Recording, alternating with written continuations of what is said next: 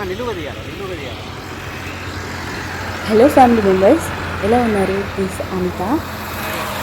మేమైతే నల్గొండలో ఉన్న ఛాయ సోమేశ్వర స్వామి టెంపుల్కి వచ్చినాం. మీరు చెప్తే నంబరు, ఎంట్రన్సే ఉందండి. అసలు ఎంత బాగుందో. ఈ పక్కన అయితే శ్మశాన వాటిక ఉంది. పాపం పెద్దవాళ్ళందరూ నిద్రేస్తున్నారు. మనం డిస్టర్బ్ చేయడానికి ముందుకెళ్ళిపోతాం. సో పక్కనే గ్రీనరీ, పొలాలతోటి మధ్యలో నిండిపోయి ఉందండి. కిర్రాకే కదా అసలు.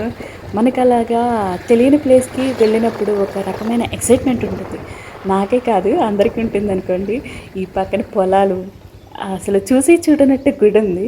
ఆ చెట్ల మధ్యలో వెళ్ళాలి అని బాగా ఎక్సైట్మెంట్ ఉంది. చూడండి, స్కై అయితే మనకి బాగా కోఆపరేట్ చేస్తుంది. చల్లని గాలితోటి మనం లోపలికి వెళ్ళిపోదాం. ఎప్పుడు వెళ్దాం. ముందుకు వెళ్తే కనుక ఒక గుడి కాదండి, గుడి మధ్యలో ఒక చెరువు ఉంటుంది కదా, అది కనిపించింది. ఆ చెరువుని చూడండి ఎంత బాగుందో. చెట్ల మధ్యలో చెరువు. అసలు అప్పట్లో గుడి కట్టిన వాళ్ళ ఐడియాస్కి మెచ్చుకోవాలి. అసలు వాళ్ళ థాట్కి. చూడండి, గుడిని చూసాం ఫైనల్లీ. అసలు ఆ గుడిని చూసినప్పుడే నా మైండ్ అయితే అక్కడ స్టక్ అయిపోయింది. నేను మా హస్బెండ్తో అంటున్నా, అసలు ఎన్నిసార్లైనా రావచ్చండి ఈ గుడికి, అంత బాగుంది అని చెప్పి. మీరు చూడొచ్చు, అది మధ్యలో పాండ్ కూడా ఉంది, వాటర్ పాండ్. అంటే లోటస్ మధ్యలో ఉన్నాయి, చివరి నుండి లాస్ట్లో. అక్కడ ఏంటో మెదులుతున్నాయని చెప్పేసి నేను మా హస్బెండ్తో డిస్కషన్ చేస్తే, మా హస్బెండ్ ఏం లేవు బాతులు అంటున్నారు. అక్కడి నుంచి దగ్గరికి వెళ్ళి చూసేటప్పటికి నాకైతే షాక్. ఎందుకంటే అక్కడ చేపలు ఉన్నాయి, ఆ చెరువులో అన్ని చేపల. వామ్మో, ఇన్ని చేపలు చూడటం ఫస్ట్ టైం అండి బాబు. నేను ఇలా అంటే దేవుడి గుడిలో గట్ట నేను వెళ్ళిన టెంపుల్స్లో అయితే లేవు. సో చూడండి ఎన్ని చేపలు ఉన్నాయో. వామ్మో, సూపర్ ఉన్నాయి కదా చేపలు అయితే. నాకైతే భలే నచ్చినాయి అసలు. చేపలే కాదండి, ఇక్కడ బాతులు కూడా ఉన్నాయి. ఎస్, మీరు చూసి నిజమే, బాతులు కూడా ఉన్నాయండి. నాకైతే భలే నచ్చినాయి ఈ బాతులు, ఈ చేపల కాంబినేషన్ అయితే. నేను చాలాసేపు అక్కడే ఉన్నాను. ఇంకేమైనా ఉన్నాయని చూస్తే ఆ మూల 2 ఉన్నాయండి బాతులు, అంతే. ఇక్కడైతే ఆల్మోస్ట్ నేనైతే అన్ని పక్షులు చూశాను. చిలుకలు ఉన్నాయి, అంటే చెట్ల మీద ఉన్నాయి. వీళ్ళు బంధించలేదు అనుకోండి, పాపం అనకూడదు. చిలుకలను చూసిన అసలు ఆ పక్షులతోటే దేవాలయం అయితే చక్కగా నిండిపోయింది. మనుషులు ఎందుకండి, మనం అసలు దేవుణ్ణి ప్రేయర్ చేయడానికి పక్షులైతే సరిపోతాయి కదా. వాటిని సృష్టించింది ఆయనే కాబట్టి.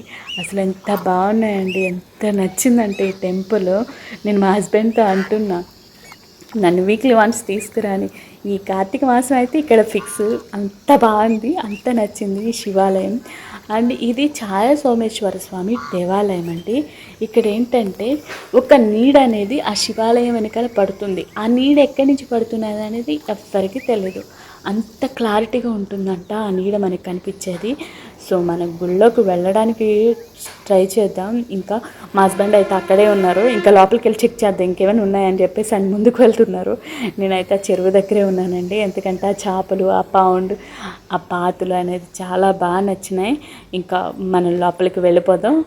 బాయ్, మేము మళ్ళీ వచ్చినప్పుడు చూస్తాం మిమ్మల్ని.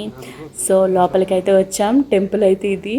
సో గుడి వెనకాల అయితే ఇలా ఉంది. సో గుడి వెనకాల ఏంటంటే ప్రకృతి అవి అన్న చాలా నచ్చింది నాకైతే. అండ్ ఇక్కడ వచ్చి ఇటువైపు గుడి ఉంది. ఇదైతే శ్రీ భక్తాంజనేయ స్వామి గుడి అండి. అండ్ ఇదైతే మెయిన్ శివాలయం అయితే నాకు బాగా నచ్చింది. ఎంత నచ్చిందంటే లోపలికి ఎప్పుడు వెళ్దామా, ఎందుకంటే ఛాయ సోమేశ్వర స్వామి ఆలయం అన్నారు కదా, ఆ ఛాయ అనేది ఎవరు కనిపెట్టలేపారు, ఆ ఛాయ ఎలా ఉంటుందనేది. ఇక్కడ ఒక ఆలయం ఉందండి. సో ఈ ఆలయం వచ్చి శ్రీ అభయాంజనేయ స్వామి. అండ్ ఇక్కడ రావి చెట్టు ఉంది, రావి చెట్టు. సో పిల్లలు పుట్టేవాళ్ళు బేసిక్గా నాలాంటి వాళ్ళు తిరిగే చెట్టు అది. సో అండ్ ఇక్కడ ఒక గుడి ఉంది. ఈ గుడి కూడా అంటిగా ఉంది. మేబీ లోపల దేవుణ్ణి భద్రపరిచి ఉండొచ్చు. అండ్ మనం లోపలికైతే ఎంట్రన్స్లోకి అయితే లోపలికి వెళ్ళిపోవచ్చు. చూద్దామండి ఏమేమి ఉన్నాయో. సో మనం లోపలికి రాగానే మనకి బేసిక్గా కుడివైపున వినాయకుడు ఉంటాడు. ఎందుకంటే మనం ఏదైనా పూజ చేసేటప్పుడు వినాయకుడు పూజ చేస్తాం కాబట్టి. అండ్ ఎదురుండా అయితే సూర్యభగవానుడు ఉన్నట్టున్నారు.